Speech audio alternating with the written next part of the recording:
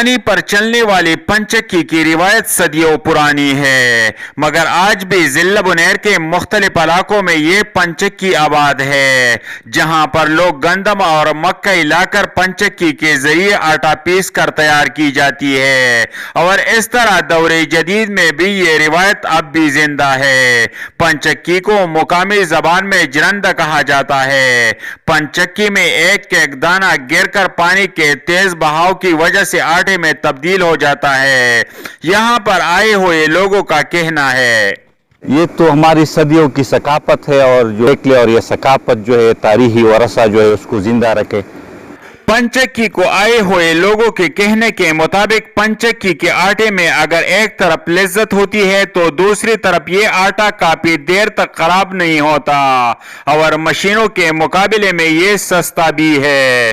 ضرورت اس امر کی ہے کہ یہ قدیم روایت ہم اسی طرح زندہ رکھیں۔ کیمرہ ٹیم کے ساتھ عابد بنیری، بنیر۔